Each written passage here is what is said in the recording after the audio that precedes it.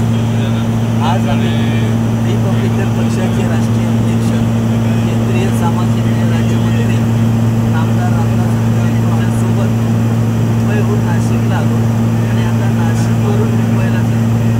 मुंबईवरून नाशिकला याच्यासाठी आलो होतो की नाशिकचे महायुतीचे उमेदवार हेमंत गोडसे यांच्या प्रचारासाठी 7 कोण नाशिक येथे आमदार रामदास आठवले यांची जाहीर सभा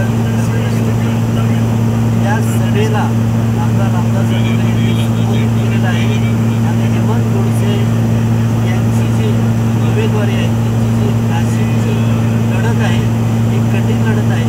मात्र रामदास आठवलेंच्या या आजच्या सभेमुळे वातावरण बदललेलं आहे.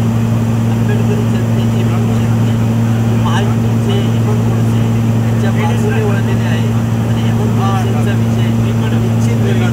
नरेंद्र मोदींना पुन्हा पंतप्रधान करण्यासाठी हेमंत गोडसेंचा विजय निश्चित होणार आहे आणि माननीय रामदास आठवले यांनी आज हेमंत गोडसेंना संतोष करण्यासाठी विजय करण्याचे आवाहन केलेले आहे.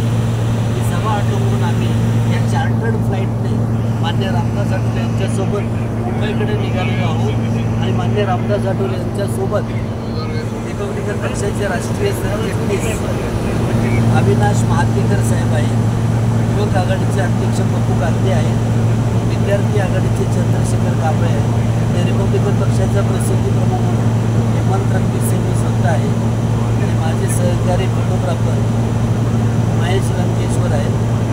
देवेंद्र रणवीर आज सुट्टीवर आहे.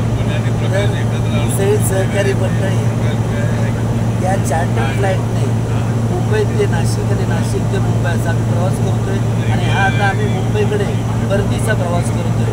हजारो फूट उंच ढगात हा चार्टर्ड फ्लाईटने प्रवास चालला आहे. मान्य रामदास आठवले यांच्याकडे कॅमेरा करा. चंद्रशेखर जयवंत करा.